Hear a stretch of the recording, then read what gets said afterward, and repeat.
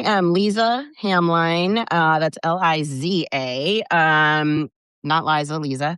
And I was on the ground in Dallas County on Tuesday when absolute chaos reigned. I'm an organizer and activist and as ChatGPT said, architect of change here in North Texas. So Good. Well, we needed some change. But I mean, walk us through that, because I mean, already, and this is what's been frustrating me. Every single time the DNC loses or something happens, they just don't even look at election integrity. Like, we're not even allowed to talk about that. Yeah. And I understand that a lot of people weren't able to cast their votes, and then they were separating people out, and so votes weren't counted. And it seems to me that whatever mechanism that was put in place in the primaries is likely to be leveraged against us in the midterms. So it seems to me critical that we should be filing lawsuits, getting to the bottom of this. But the DNC doesn't want to do that. So that's a lot. Go ahead and Yeah, well, so, what we do, right? I'm a lawyer by trade. There are certain reasons you file lawsuits and not file lawsuits. So I'm just going to leave that to the practicing lawyers who are doing that. I'm trying to, kind of use my law license for good, not for evil. Anyway. I gotcha. So let me tell you what, kind of what is why we are where we are today. So, and I'm going to go back to, I'm not going to try to go way back because I could go all the way back to Reconstruction, but I think it is very important to understand that after the 2020 census, and remember, right, the 2020 election, this is the last time Donald Trump was on the ballot, and there were a lot, right? We had a global pandemic. There were a lot of problems. Yeah. After the 2020 census in Texas, we did our, decade appropriate redistricting. The whole country did redistricting. And that was the first time in 2021 that the state of Texas was not under pre-clearance for the Voting Rights Act, because that was eviscerated in 2013 with Shelby County versus Holder. What that means is that before the state of Texas and several other southern states who had continued to engage in racial politics, doing things like poll taxes, and that's very important. I want you to start learning that word again. It's a poll tax. Yeah. The Voting Rights Act, right, which was put through Congress by a Texas governor, right, LBJ, who became president. And, so the states used to have to go through pre-clearance to get their maps approved. Yeah. And in 2021 was the first time that the state of Texas did not do that. And so we had a terrible, awful gerrymander. Our House representatives left the state. Right? We were already gerrymandered. That litigation is still ongoing. We have not finished the litigation about the 2021 maps, and yet we have voted on them 3 times. 3 times we voted on them because we had special election. Yeah, 3 times. And then in 2025, Donald Trump said to the state of Texas, I want 5 more seats. And so we did a mid-decade gerrymandering when nobody asked for it, nobody wanted it. This was after the state legislature had rammed vouchers down our throats, which we also didn't want. And they gerrymandered us, and where the gerrymander happened, focused heavily on 5 seats that are in the Dallas, Houston, and San Antonio areas where you are seeing record suburban growth. Mm-hmm. And for me specifically, I'm going to talk about North Texas. North Texas is where the city of Dallas and the city of Fort Worth are.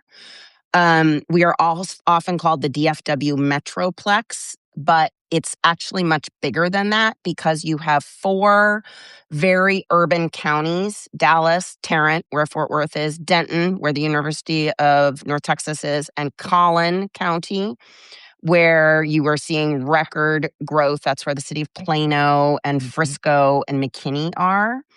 And then we have what I call our collar counties to the south, which are Ellis, Johnson, Kaufman, which are nationally some of the fastest growing counties in the country. And they are the fastest growing blue counties in the country. So while in 2024, while the rest of the country was going red, Kaufman, Ellis, and Johnson got bluer. So this is the part of the world, and this is where we were drastically affected by gerrymandering in this 2025, mid-decade gerrymander. So that happened in, let's see, right? And it goes up to the courts, it's overturned, then it's turned 4 days before our filing deadline on December 8th. So on December 4th, our commissioner's court, that is the elected body, that's like our county legislature. It's not actually a court. It's a county. It's like our commissioners are like our county legislators. They're like city council, but on a county level, and they're partisan. So they're Democrats or Republicans, whereas our city council is nonpartisan. They approved the new commissioner's map, like our county map with our precincts. And why that's important is because this mid-decade gerrymandering, the map was drawn by Donald Trump's consultant. He drew the 2021 maps. He drew the Tarrant County, that's next to us where Fort Worth is. They did a mid-decade commissioner redraw map. That's very important because that got approved. And so, right, the legislature knew it's all testing grounds. We're this little incubator here in North Texas. This consultant, Donald Trump's consultant, knows how to draw maps. He does. Yeah. He testified in court that he knew how to draw maps.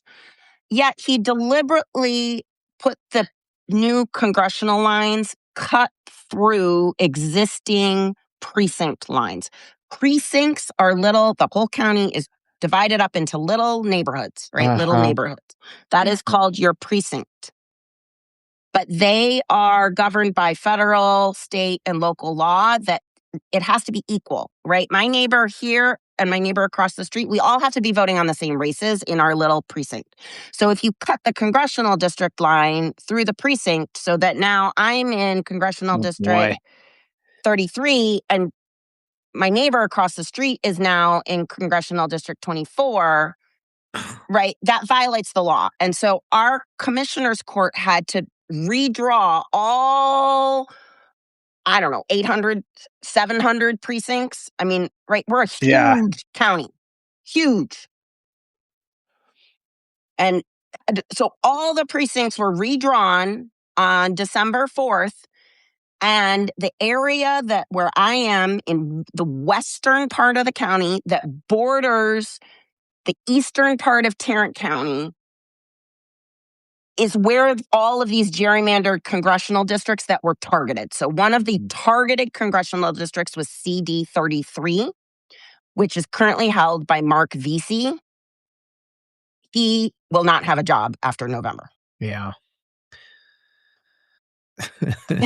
Okay. And I mean, thank you. I mean, you're wonderful. I appreciate all this information you're giving. And yeah, I mean, the whole reason people have not been paying attention to this. Yeah, the Voting Rights Act has been completely gutted. That's why there's the John Lewis Voting Rights Restoration Act. And again, the Democrats aren't using. This should be a predominant thing we're talking about. They seem lackadaisical to me about pushing through this thing to protect our voting rights.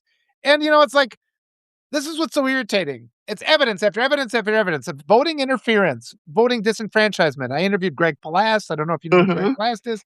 Talk to him about this. These are all the tactics they use. Yep. And immediately tactics. And immediately after these elections, we get the deed saying, well, we have to get behind the guy. Everything's fine. We have to do this. And it's like, and people like me are just like, can we just do something about this voter manipulation, this disenfranchisement? Can we at least, number one, just acknowledge that it's happening, that they're doing it, and then do something, use an effort to do something. And instead they pressure.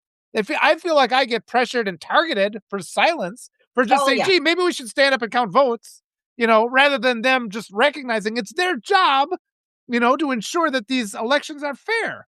Exactly. No, and I will make sure those votes will get counted. one way or the other. We're going to talk about this. Good. Now, again, lawsuits cost money. And when you are the DNC or the Dallas Democratic Party or the Tarrant, we have been the minority party in Texas for 30 years. We don't, right?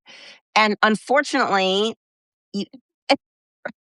nobody wants to give money to a party that's not doing anything, but that's changing in Texas, right? That is changing in Texas. The Texas Democratic Party is fighting back. And you saw that last summer. You saw that when our Texas House members all led the state and were unified together. And guess what? Chuck Schumer wasn't doing anything.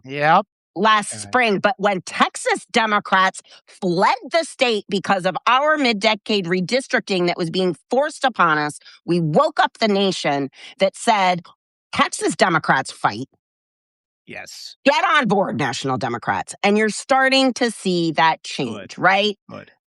Right? You're starting to see, but that requires Texas Democrats to be elected. And that's why they did the mid-decade gerrymander, so that Jasmine Crockett was gerrymandered out of her seat. Julie Johnson was gerrymandered out of her seat. Mark Vesey was gerrymandered out of her seat.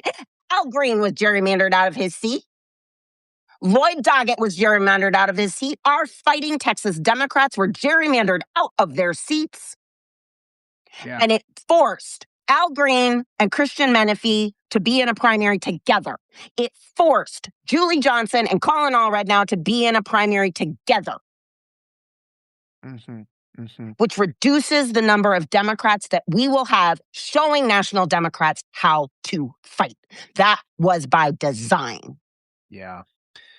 Let me just say, I'm going to applaud you. I love you, for one thing. Thank you for your passion and your energy. And it's making me feel a little bit more relief, because I'm just sitting here thinking, why am I the only one screaming? Love this. I am so happy that you're here making these statements. I want to ask, though, how is it looking like? Because how much gerrymandering can they do? I've been talking with Arturo Dominguez. I'm going to have you meet him, because he's a reporter also in Texas. And it's no, he is great, right? Oh, good. Have you talked to him? Yeah. He knows who I am. Okay, I haven't talked to him, but he knows who I am. Well, I'll get you on a call with him sometime. We'll talk together. Let's do it. And he's often said, he's like, look, we've got this Latino vote is not going to go for the Republicans. I don't know, who are all the people running in all these new districts? Do you have a good set of candidates coming through? No. So what I will say is part of the reason that you saw historic, we are talking across the state, historic turnout. And that's why what happened in Dallas created so much chaos, because you had November voters. So people talk about swing voters or people, I don't know. What I call people are November or presidential voters. Those are your more infrequent voters, right? They're not voting in midterms. They're not voting in local elections. And they certainly aren't voting in a midterm primary election, right? Our normal primary election turnout is like 2%. It was 17% in Dallas County. 17% for the Democrats. Yeah. We have 1.4 million registered voters in Dallas County. Okay. 1.4 million. So that's actually a lot of people showing up at the polls. Lots and lots of people who are not traditional primary voters. And so when people said to me, I have been voting at this polling site for 30 years. Why on earth do I have to go to this elementary school 4 miles away? They were telling the truth, because they have voted in that library for 30 years. But our precincts got redrawn in December. And nobody knows about it. Why? Because our cards were mailed out late. I heard that it wasn't updated too. No. And the Secretary of State didn't update the new precincts and then blamed it on Dallas County. It's called massive gaslighting on the federal, state, and local level. Well, isn't it? It's disenfranchisement, isn't it? Yes. Because who controls the Secretary of State? The Republicans. Well, if they're deliberately, allowing misinformation, it's like, I don't know, you're the lawyer, but I mean, maybe that's. Well, I am the lawyer, but like, right when the when we were doing this 2025 gerrymandering nonsense, all the Democrats in Texas were going to say, "Oh, the courts are going to save us." The courts, and I kept saying, yeah, we don't have a ruling on our 2021 case. yeah, It's not going to happen. And then when the El Paso court said, whoa, Texas, I don't know about this gerrymandering. I think it's bad. And you have a Trump appointed judge saying, yeah, no way. I was like, just wait. And sure enough. yeah. On December 4th, Samuel Alito said, not so fast. I like these new maps. I think it's great. Yeah. Yeah. Yeah, courts are not going to save us, folks. Courts are not going to save us. Not going to save us. Not in the state of Texas. Yeah, and I want to ask too, just give us some more details because it's so frustrating. The things I've heard about Dallas where people were going the wrong places, the judge said we give them a couple more hours, and then they were separating people out into lines. So what did you see? No, so let me tell you what was happening. So, because it's been a whole lot of nonsense. So Dallas County is I guess for the second largest, it's hard because the Fort Worth area is literally the Dallas Fort Worth area is like the fourth largest metropolitan area in the country. Okay. But Houston, I think, is technically bigger, than Dallas County. I think Harris County is bigger, but anyway, that's just because Dallas County didn't gobble up all the cities around them. They let them be their own places. Anyway.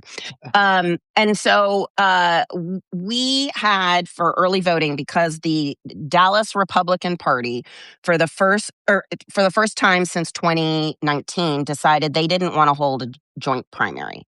And the reason they did that is because they first wanted to hand count the ballots like Collin County did. But that was a colossal mess. And the elections department said, okay, well, you're going to have to pay for it because it's a primary and it was going to cost some astronomical amount of money.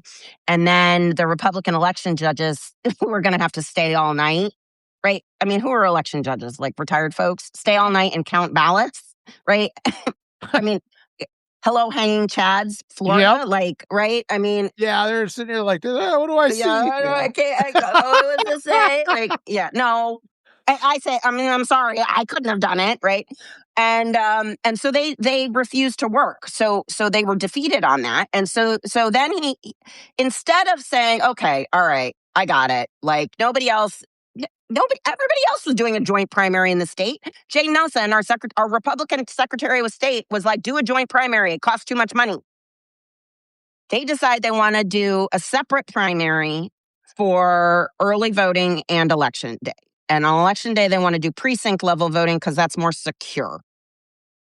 Uh-huh. Okay, so we have so during early voting, we have we had a separate primary, which we haven't done since 2019.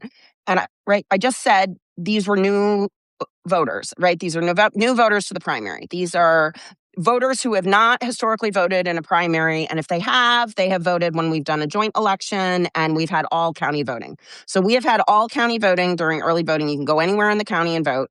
I mean, shoot, our state voter rolls were sent to the federal government. I'm not sure why we can't just vote anywhere in the state. Yeah. And we have voter ID, right? We have the strictest voter ID requirement in the entire country. You have to show up with an ID. So what are they not bringing? Their voter cards, which have their precinct on them. Okay. We haven't needed that. People in the last 5 years bring in those cards and they say, why do I even get this? And I say, it's useful. It's to show, it's like your receipt that you're registered. But it does have kind of important information like a precinct, but that hasn't mattered. Yeah. It hasn't mattered for 8 years. Yeah. Yeah. So we have the separate but equal primary, which meant that in a county that has 1.4 million registered voters, that is overwhelmingly Democrat, you had the same number of machines, the same number of workers for the Democratic primary as for the Republican primary. And you had to separate the room because Democrats could only use these machines and Republicans could only use those machines. And when you walked in, you couldn't ask them whether they wanted, which primary they wanted to vote in. You had to just say Republicans over there, Democrats over here. And yet one half of the room was filled and you had lines going out the door and the other side had no voters. Yeah. Because during early voting, Democrats were outnumbering the Republicans 3-1. And I had Republicans come into the polling site and turn to me and say, why are we doing this? This looks like segregation. I don't like this. And a number of them took a look at our propositions and said, hell no, I'm getting in this line and I'm voting over here. Because people didn't like being outed in their community. Because I'm sorry, there's this thing, we Democrats can't say anything. We're scared. Well, guess what? We were showing up. We were happy. We were laughing. We're like, look at these things. Right? And this is when, Trump has now started a war that nobody wants. Yeah. Bombed a bunch of kids. Yep. Well, I can see. You want to go over there? Yep. And he's rounding up. The immigrants he's rounding up are all Roman Catholic. Everybody who comes up from South America is Roman. This is a war on Christianity we're seeing in the United States. They're sending them to concentration camps. And right here in North Texas, because I could go on and on. We just defeated, the concentration camp that they wanted to put in Hutchins, which is in South Dallas County. That was 2-3 weeks ago. I mean, y'all, when I talk about, I got no more F's to give. Yeah. It has been like drinking from a fire hose. Yeah. Yeah. And just the abuses, the number of abuses that are going on. People are still with their heads in their sand. But I'm most mad, I think, about instantly after the election, this tidal wave of pressure for us to just be like, well, we got to get behind the candidate. And I keep saying, look, unless you drop James Carville for one thing, I'm not going to do that. But also, we have to talk about making sure everybody's vote is counted. Are there boxes of ballots that just got thrown away by the judges? No. Okay. No. So this is what happened on the ground. So we had the early vote, right? Historic turnout. 70, on last Friday, the Democratic vote didn't come in. I mean, it was super, super late. We did. And so all of the early vote got released at 7:00 on Tuesday. It all got released and we saw banana numbers. I mean, just banana numbers. Because my site, for example, had almost 1,000 voters on that Friday alone. Wow. Which was, just record numbers. So we knew Tuesday was going to be bad because people started hearing about it, right? And when it's generating buzz, people start going, ooh, I want to vote. I want to vote. I want to vote. And everybody's mad because of what's happening federally. And they're like, I want to vote. I want to vote. And so what happened on Tuesday was we ended up with this precinct level voting. And at my precinct, which was one of the largest in the northwest part of the county, this part that I just said got really heavily gerrymandered, where the precincts were all different. I had one Democratic precinct could vote at my polling site, one. The Republican on the other side of the room had 3. The same one as mine, plus 2 more. Okay, special rules for them. Yeah. Yep, special rules for them, right? So I started turning away we were probably turning away about 75% of the Democrats. Okay, because they were in the wrong precinct. Except for that the technology was saying that they had to come to my site because the Republicans had 3 precincts. So, right? And the elections off, they can say, oh, our tech was great. It doesn't matter. Who do you have in the field? Right? We had so many. First of all, we would have been normally doing joint stuff. We wouldn't have had this many workers. You had a whole bunch of unseasoned workers. You have Republican judges who have never been the actual judge during Election Day because normally the who's in control of the county controls who are the election judges. And so in Dallas County, that's Democrats. So the Democrats, like me, are the seasoned judges, and my Republican counterpart really is like a senior clerk. And we've worked together that way for years. A great relationship. I was really blessed that I had amazing Republicans on the other side who didn't like what was going on and were supporting, right, ensuring all of our voters got to go to the right place. I'm glad to hear that. I'm really glad to hear that. No, we have actually, because guess what? We just talk to our neighbors. We actually really like each other. Yeah. I mean, raping kids isn't a popular policy position, you know? No, we're actually aligned on all of that. Yeah, that one is a pretty important one. Yeah. No, and that's actually why Taylor Remmett won that SD9 race. Because nobody likes raping and killing kids. Nobody. Well, the government, a lot of people in the government, apparently. Yeah, if your name is Huffines. Yeah, running for comptroller. Yep, the guy who owns Zorro Ranch, running for our state comptroller in control of all the money. Yeah, you want to, yeah. You want to get behind somebody? Her name is Sarah Eckhart. Well, I'm glad to mention it. If that person wants to come and talk, I would be happy if you can put me. Yeah, I'm telling you, these races, like comptroller of Texas, why on earth is that important? Because it controls all the money. And the Republican that they just nominated is Huffines, who owns Zorro Ranch, where all the Epstein bodies are buried. Yeah. That's who they elected. And this is the kind of thing that should be our national news. And again, I mean, we got to. Is anybody talking about the Texas comptroller race? No, you're all talking about the Senate race. I have been saying for months, right? Because first it was Colin, and then Tallarico got in, and I kept saying it doesn't. People are like, Liza, who's it going to be? And I was like, it doesn't matter. It doesn't matter, because if we don't support our down ballot candidates in Congressional District 6, Danny Minton, who has been on the ground in the city of Irving, on the ground in Grand Prairie, on the ground in Arlington since last June. Candidates like Amy Martinez Salas, who is running for State Senate District 22, which includes that same portion of Arlington that just got redistricted, that includes Ellis, right, and Parker, and goes all the way down to, another city that's like ballooning, Waco, where Baylor University is.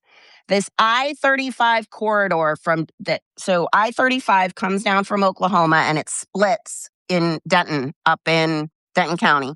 And it splits and it goes to Fort Worth and it goes to Dallas. And then it comes back down together and it meets in Hillsborough, which is in Hill County, which is right next to Ellis County and Johnson County. And then, boom, you're in the Waco suburbs, right? Because the Waco suburbs now go all the way to Hillsborough. Like, you can leave the suburbs of basically Mansfield in Ellis County. And so Mansfield is like Fort Worth suburbs. And then you're going to be in Waco suburbs within 15 minutes. It's like, there is no delineate, this is not like going, from New York City to Buffalo. It's like you just never leave. Like, you don't go through swaths of beautiful upstate New York. Yeah. Right? Well, I just want to, what you're saying is so important. And the emphasis on the down ballot races. A friend of mine, he ran for the Parks Board in Minneapolis, and he's been one of the primary guys organizing the fight against the secret police murdering people in the street in Minneapolis. And so let me just say this real quick. It's like my platform here. I wrote this. I started this platform to write about, writing advice. That's why. But it's like, oh gosh, I didn't find out that we were going to have the fascist takeover of the free world.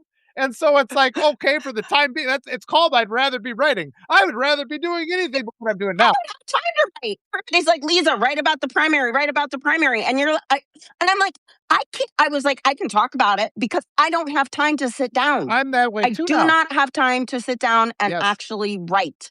And so thank you for this platform, because I'm telling you what happened in Dallas, this precinct level voting. We are the incubator. This is what will happen in November. When Donald Trump is talking about, I don't want mail-in ballots, I don't want this, he is going to demand precinct level voting. We were the testing ground. Yeah. And in giant parts of the country, especially in the West, right, where we have had historical early vote. When I first moved to Texas in 2001, I moved from upstate New York, right? I voted for Hillary Clinton for Senate in 2000, and then we moved to Texas in 2001. And I was shocked to find that we had 3 weeks of early vote. Yeah. The state of New York didn't have early vote until 2022 or something. I mean, I was shocked. But that's because we're a huge county, or a huge state, where it takes a long time to get to your voting site. Those rules were put in place by people like LBJ so that we could make sure everyone could vote. And right in the West, right, in Montana, they rely on mail-in ballots. Yeah. And so taking away mail-in ballot, which just shocks me, because let me tell you who the Republican electorate was: old white people. Old white, and I'm talking really old, not old like me, old white. Yeah, and it's been going on in plain sight. And like you said, the down ballot offices, but also these decisions that are made. And then people always call you an alarmist when you say these are going to be the consequences of these decisions. And it's like, now we're seeing it. I mean, it's all come together at one time. I do want to just switch to strategy real quick, because as we go forward, I'm all in on these midterms. If you have candidates, anybody at any level who wants to come on and talk, I'll send you my phone number when we get done. You can text me. If I'm at my phone, we can just jump on and quick, and then I'll send it out to my group. I have other journalists here that I know, they have big followings, and my objective is there's no plan other than to just primal scream until the midterms and then relax depending on what happens, or maybe scream some more depending on what happens. But yeah, we can continue. I want people online all the time emphasizing these messages that the mainstream media is disregarding, particularly like what you just said, the office, what you said, which controls the money. And then, we've got distraction on top of distraction on top of distraction. And you've already just in this half hour provided so much insight into what's going on and given me a lot of relief just knowing that you're ready to fight this battle to the end. So I applaud you for that. Well, and there are folks like me. I mean, there are folks who have been doing this work. Chris and Mendy Tackett in Fort Worth have been doing this work. Lainey Hawes in Fort Worth have been doing this work. There are a lot of us who have been on the ground, and that's Kendall Scudder, our Texas Democratic Party chairman. And I will tell you, he promised last year that he would fill every single congressional race, every single Texas House race, and every single Texas Senate race. And that happened. The reason that you are seeing record turnout in the primary is because Texas Democrats have somebody to vote for. Good. It's not right. And we had primaries on the state level like we've never seen before. That Texas comptroller race was a 3-way race. Of 3 Democrats working really hard. And that is, so when everybody started talking about the drama in the Tallarico Crockett primary, I just kept, right? Yeah, there's a lot more stories. Yeah. There's a lot more stories, but the point is that it energized an electorate. Yes. It energized Dallas, Fort Worth, Navarro. Yes. Crockett carried Navarro County, which is where Corsica, we're talking a red county. Nice. Yeah. Right? By 75%. Their voter turnout in Navarro County went up 155%. Yes. And this is an issue I have again with the DNC, because in my district here, we've got Emily Berge running against Rebecca Cook.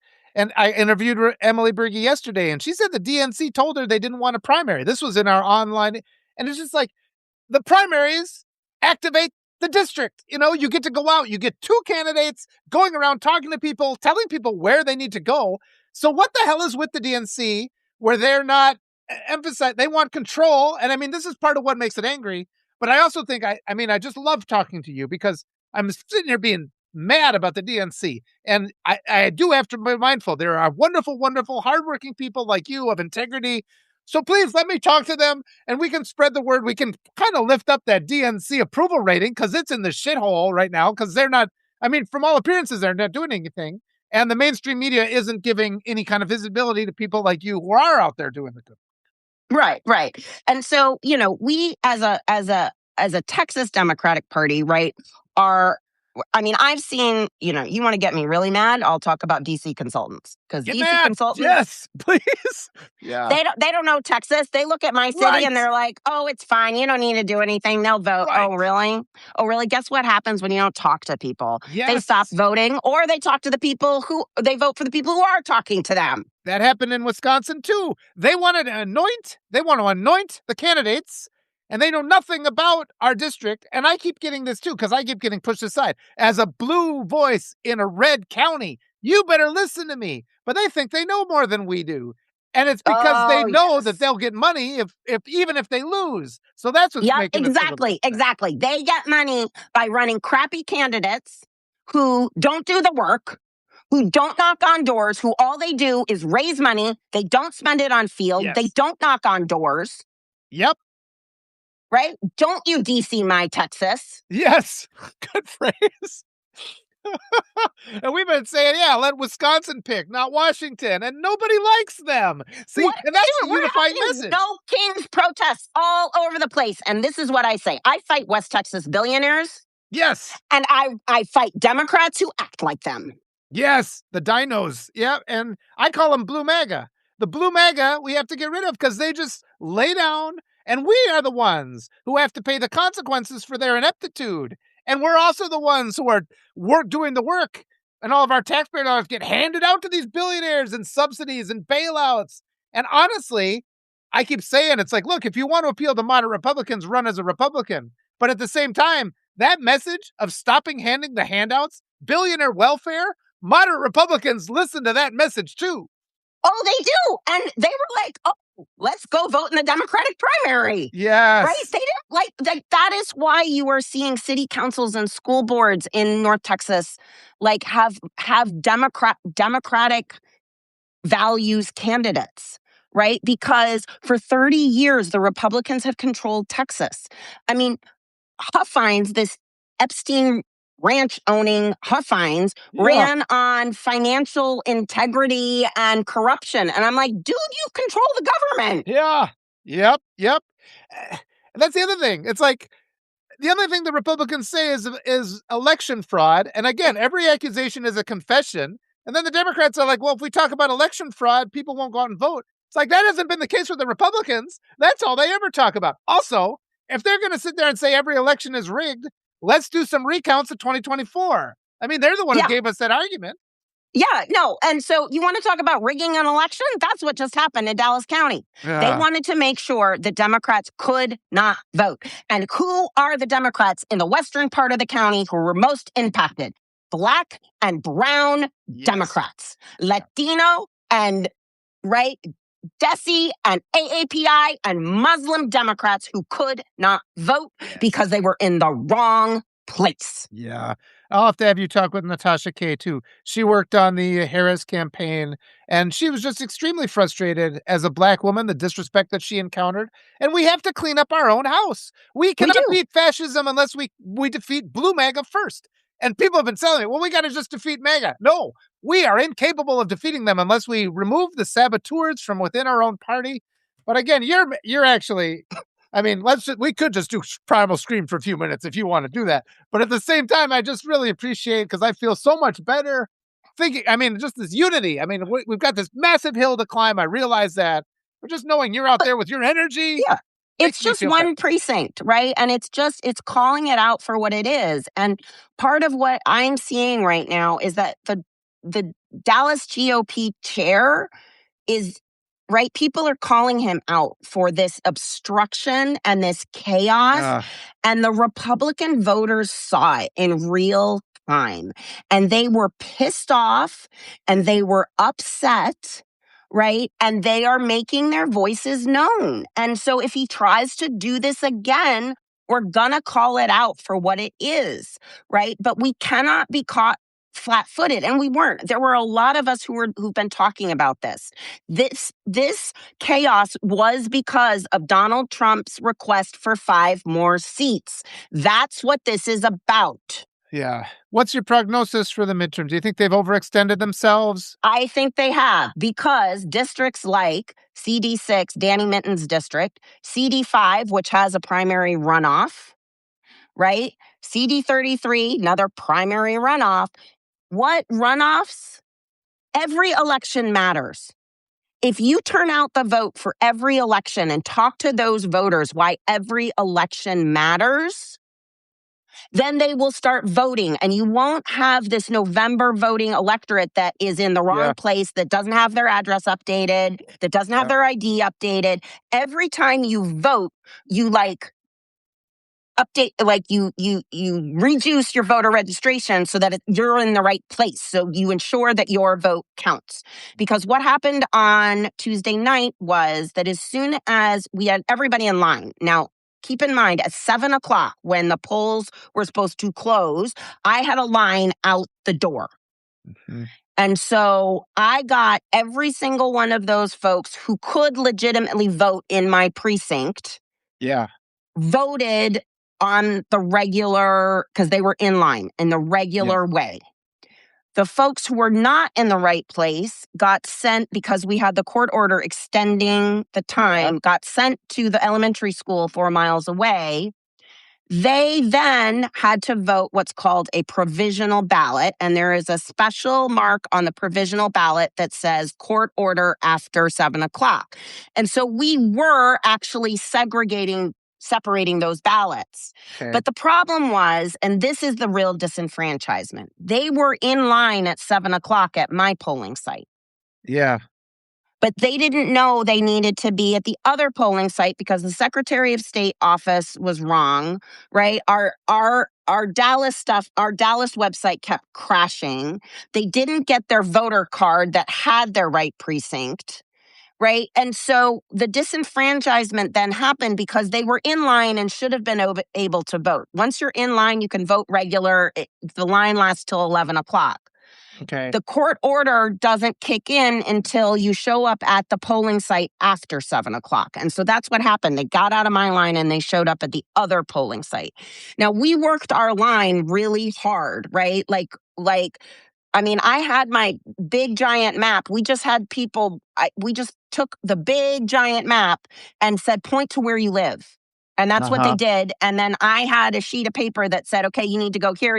So we had been working that line all day. I just stopped all technology. Once we identify it, right? Yeah.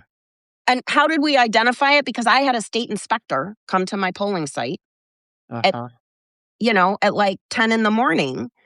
And we were talking to him about the problems. And so he called his boss. And they were like, oops. The precincts are all wrong. Oops. We better show, just go to the Dallas Democratic Party or just go to the Dallas election website. Nobody knew, right? I mean, the chair of the Republican Party was like, oh, well, people should know where they're supposed to vote. Excuse me. You gerrymandered our precincts literally 2 months ago. Yep, it's always our fault. It's always our reverse victim and offender every single time. Yeah.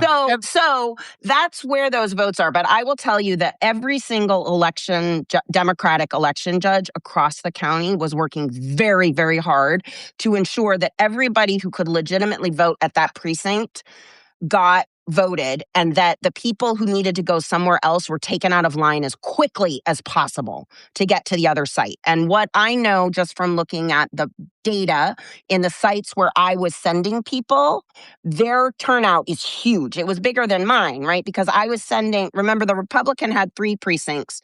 So those other 3 Democratic precincts, I was sending those people somewhere else. They had record numbers. So I know I know the people that came to my polling site got voted because we got them out of line as fast as we could. Good. I was going to say, and we've got this oligarch-owned media, and they've bought up all the different things, and all the newspapers are gone. And so it's really critical to continue to have these conversations because the information just can't get out there. And so every little bit that we can do like this, as we get closer and as more things happen, please reach out to me and I'll put you on here and I'll share it as much as I can. And all the people watching, we have to continue to do that. Bring people onto this other form. We need this other form of communication because exactly like you said, and it's going to get worse. I mean, 17% turnout for the primaries, but what's it typically for the general election? And maybe we'll see a bigger number than normal. And so, I mean, you'll have that 17% that went through at one time, but now you're going to see like 2 or 3 times as much who don't know. So we have to get the information out between now and then. Right. And that's why actually these runoffs, right? Having primaries matters because then if you have runoffs, like the voters in CD18 in Houston, we've talked to them so much they don't even, right? They've been voting in that CD18 race like 15 times since December or November, right? But that's every time you are reaching more and more and more and more voters. And once you get people excited, that's what that SD9 race was about, right? We had been talking to those voters since the school board races last year. And by the time they voted for Taylor Remmett in November, they were really excited. And then it went to a runoff and they were ready to vote again. And then they just had to vote for Taylor Remmett again. And so much of this is, and so much of what people are all so burdened and they feel like we can't win. But so much is just this deceit and this misdirection. And if you just show up and do those, cast those votes, these things happen. They're going to try all this BS. You said you don't have, like in Wisconsin, we do the absentee in person. Do you have a thing like that in Texas or not? Excuse me? Yeah, I was just wondering. I was on it. It was an honest question.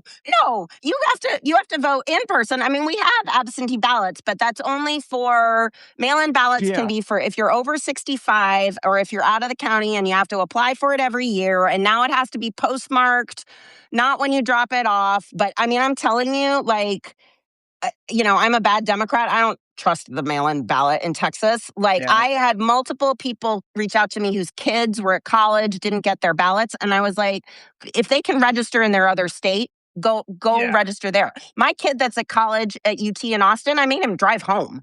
Yeah.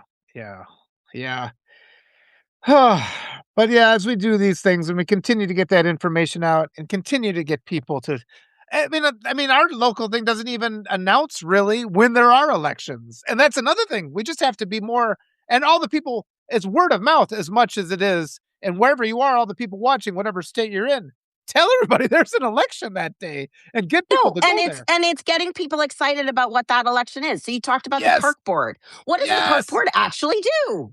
Well, he controls like a $17 million budget, and that's the other thing we always forget. It's kind of important to have somebody qualified and somebody we can all get behind. And guess what? That's a nonpartisan race. I bet you and your MAGA neighbor agree on everything about the park board. So make a coalition. Yes. And the other thing about that is, too, we've all been browbeaten into thinking the government, it's like, well, we can't rely on that. But there's these corrupt people in there in so many positions, and they take that budget and they send it all to their, buddies or whatever, and we never get any benefit of it. And if we can just get a couple honest, rational people in these positions, all of a sudden we have the money to have lawsuits like you were talking about. We can fund those things. And the Democrats at some point, I mean, this morning I was scrolling through social media and it's like, what things to cut when you're broke and what things you can live without. And then it's like, please send me money. I'm your Democratic. It's like, I don't have any money because you guys don't. It's like everything is because it's economic terrorism. No, and that's the thing. Stop putting money in these swing state winnable. They are going to have plenty of money. Put money into local races that are going to raise margins. We will not flip this state. The Senate race does not matter. Tallarico has so much money, it does not matter. He cannot, I don't care how much money he has, he cannot turn out the vote in all 254 counties. You have to have local candidates who have the money to pay for signs, to pay for people like me to organize. If he's got so much money, how come he can't help the people down the ballot? I mean, he believes in Jesus, right? I mean, shouldn't he be using that to help his neighbor? Isn't that Tallarico what he ran on? And I'm going to be cautiously optimistic, but I can tell you one thing that DC consultants don't like to do is actually spend money on field work in Texas. They will put big, flashy, splashy ads on TV. Yeah. It does not matter. Your electorate is under 65. They do not watch TV. Yeah. But I mean, this is another place where we can put some pressure on people. I mean, let's put some pressure on Tallarico to do that and to be part of this movement and to do the real things and forget about DC, because DC is not helping us. They're not doing a damn thing. They're the reason why the popularity, they're actively hurting us in every state and at every level of government. And so our local representatives, the good fundraisers, got to quit dumping it, kissing the ring in DC and making sure, because in Wisconsin, we have districts where Republicans are running unopposed in the state. And it's like, if there's money in this state, we should be founding and we should use that money. There's Natasha Kaye. She just showed up. So good to see her. But yeah, it's like, and if people have money, if Tallarico has the money, he can pay for the lawsuits to make sure that the primaries were fair and to then make sure that the midterms are fair, because it's in his interest now, is it not? If he is going to be in those midterms, if he has the most money, he can fund these things. He's the good Christian, right? Well, but that's the point, right? We have to, it's going to take talking to candidates, right? And highlighting candidates in races. Like I said, the comptroller race, right? Like Danny Minton and Amy Martinez Salas, who are going to juice up the turnout, right? I guarantee you, we're going to flip 2 countywide seats in Ellis County, because we have 2 amazing local candidates running for JP and running for commissioner, right? And the commission that they were both unopposed in the primary, and that commissioner race got the most votes out of any Democrat in Ellis County. That was a very down ballot race. Yes. Right? But it's that if Ellis County can juice up, I mean, Ellis County, frankly, might turn blue this year. I'm like, don't, people who tell me Ellis County is not going to turn blue, I was like, challenge accepted. I'll go knock on those doors. But please bring them on. I mean, let's organize and cooperate. And like, too, I mean, we'll talk about it. I'll share the interview with my group. You share it with your group. And we'll just get more visibility to this, just to educate people as we continue. Because as long as we're sitting here screaming into the void, we might as well make videos and maybe rile up a few more people, so that then people will to understand what's coming, right? Yes. Go file to be a precinct chair. Yeah. You have a Democratic Party in your state. Find out who your precinct chair is. If there's not one, sign up. A precinct chair means you organize your community to get out the vote for Democrats. If you are in a blue state, do it anyway. Yeah. Do it anyway. I'll interview those guys. How do you think Bandani got elected? Precinct level voting. Precinct work, not voting. Precinct work. You're giving me a lot of information I just didn't know, and more people have to know this.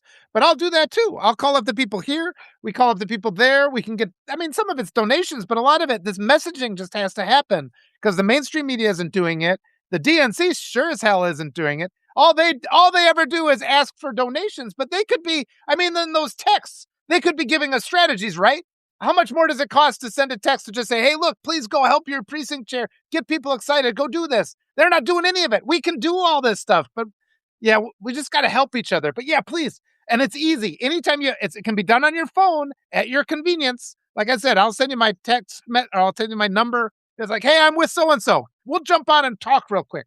Then send the interview out to people we know. And maybe it'll be donations, but it's just the knowledge. The knowledge is really important too. Well, and it's the knowledge, and it's getting, right? I mean, people like Beto O'Rourke, who is continuing to be on the ground organizing people, right? I mean, there are people here who are doing the work. It's just, this is a big state. But I want y'all to remember, Texas has 40 electoral votes. Yes. 40.